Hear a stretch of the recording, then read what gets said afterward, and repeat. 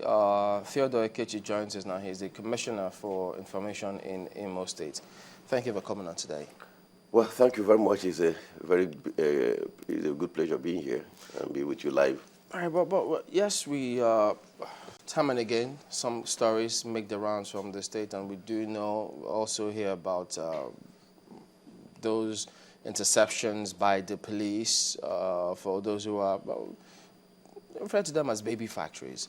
But not long ago, the governor also did give an address about what's happening in the state. What can you tell us about what's going on there? Well, I wouldn't want the baby factory issue to be a distraction to the giant strides were made in Imo State. I also think is what being discussed, if we must discuss it. But just by the way, before I go to the governor's address, what we had in Imo State as baby factory is one of those very horrible phenomena that you have in most parts of the state. And that the fact that we were able to nip it in the bud is what we have on our own been telling the whole world, that with good planning and with good security strategy. Have you really nipped it in the bud? Oh, we have to a very considerable extent. There is no way you can nip any crime 100% in the bud. But it is no more on the front burner. It's no more the major issue in Imo State. But it is an issue. Oh, it was an issue in Imo State, but it's still an issue in the whole of the country today. It's still an issue. But ours had made the headlines because we confronted it. We had a governor who said all crimes must go. What did you do? We have a crime strategy in Imo State that has seen all facets of crime in all dimensions, all right, being eliminated. And the strategy is very simple. We had a synergy with the security agencies, the traditional security agencies that has national colors, and then synergizing with our own local security agency. That's the Imo Security Network, our vigilante groups, and our safe guards. And all these are within a very simple arrangement with our community government council, which we have been trying to sell to the world, that this is the real formula that can reduce crime in Nigeria today, accelerate rural development, and bring government closer to the people. And what did we do? You know, before now in Imo State, we had traditional rulers. We didn't create them. The law recognizes them. We also have in Imo State, because we're a Republican state, like every other Imo state. Which law recognizes them? Oh, there is a law in Imo State that recognizes traditional rulers, and the law has been there before us. And we know there are laws that recognize traditional rulers all over the country that put them under the control of the local government and all that. But those laws that recognize traditional rulers did not give them any authority. But you see here and then you find the head of state, the president, the governors, giving and heaping responsibilities on traditional rulers. What we did in Imo State is, in addition to the responsibilities that they have, we also decided to give them authority. That authority is what is part of the community government council. So we cannot institutionalize the office of the traditional ruler, and we bring them together with the office of the President General of the Town Union. You know, most of the developments that take place in Imo land, particularly in the southeast, are usually driven by town union associations, but it has not been able to achieve or attain its potential. So what we did, that we brought them together under an umbrella you call the CGC, all right, Community Government Council. But you know, gave it a name, gave it a definition, gave it authority. So now they can act. But there are those who, I think you might have heard this before, Sure. where some say that what that CGC does, or what the state is trying to do with the CGC, is that you're bringing a fourth tier of government, which is alien to the Constitution. Fine, it's alien to the Constitution, not alien to the Constitution. It is not known to Nigeria. It is our creation, we are not doubting it, but it is not ultra vires, the laws that enable the state to make arrangements and set up structures for the good governance of the state. If you say it's alien, it's not known. It's our new creation. But is it ultra vires? No, it's not. It is within the definition, the powers of the state. It was actually a creation of the state legislature of Imo State, but it was the initiative of the governor of the state. So what does the local government do if the CGC is working? Well, it's just like asking me what's the state doing if the local government is working. This is another level of government. Just like asking me what is the state doing because there is a federal government. No, those are two different things. No, they are not. We are just taking. We wanted to bring local. We wanted to bring. I think the people who made the Nigerian Constitution wanted to bring government to the lowest level, the lowest level. And that's to why the they had the local government. That's why we had the local government. But you know it has not worked. and you know the local government is a little bit unwieldy, a little bit bigger than what communities can manage. If you look at Imo State, if you look at all the Imo State, we have what we call autonomous communities.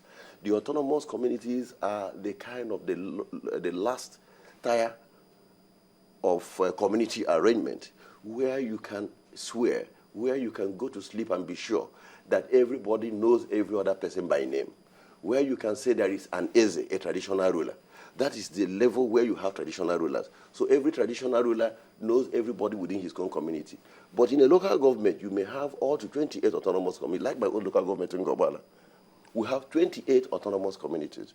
28 autonomous communities means we have 28 traditional rulers. Even within that 28 traditional rulers, it means also we have about 28 president generals. So, but there was no recognition in terms of empowerment, in terms of budgetary allocation for them. So, but these are the real grassroots. But now we have empowered the traditional rulers. We have empowered the president general. They now come under one umbrella you call the CGC, the Community Government Council. So they can also recommend and make rules, and they act as a watch about within the community. Rules. Everybody you can make rules. You can make rules in-house. When I say rules, I just say make law. You make rules for the good, for the welfare of your people. As it is now, what does the local government do? The local government traditional responsibilities are still intact. The local government develop the local government. They make bylaws also for the local government, and that is on the local government level, in a way that does not conflict with the laws of the state. Just like the state can make laws that doesn't conflict with the laws of the federal government. But at the traditional level, at the lowest level, the local levels, this is a kind of community setting, like I said before, where people understand people, and that is within that community definition that development usually takes place. You do development launching, you do you gather people together and say, this is what happening in our community, we don't want this to happen. Well, what the government now does is that most of the times, for development that are going to come to the local government, or are going to come to those communities, the government now has a feedback mechanism. It's now a natural mechanism. Who tell you one borehole, we don't want health center. Who tell you that we want schools, we do not want maternity homes. That feedback can be very necessary. It's at the lowest level. And let me explain to you. If you want to be reminded, and I beg to remind you, before 2011, Imo State was notorious for kidnapping. Imo State was notorious for armed robbery. Imo State was notorious for any crime you can think about. But what had happened? Recently, the governor was voted the best security governor in the whole of Africa. Recently, the state was also, by an international organization that's based in South Africa.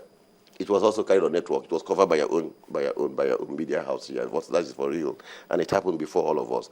Before that, I think one other community or so in somewhere in Ghana won that award. Right? That wasn't. It wasn't. It's not something that was hidden. Now, even the police can assure you. The police commissioner that live in Imo State, they tell you this is one of the safest states in Imo State.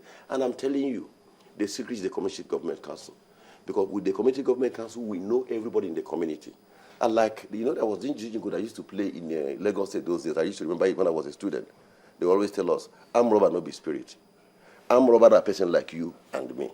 He they sleep, he they wake, he they marry, he they born, he they go church, he they go market. In other words, within that same community, we know those who are who. So with the CGC administration, it is possible for the EZE, for the youth leader, for the woman leader, for anybody in that community to say, this man, we don't like his movement. He's been going and coming. We know his background. How come suddenly he's driving a Lexus?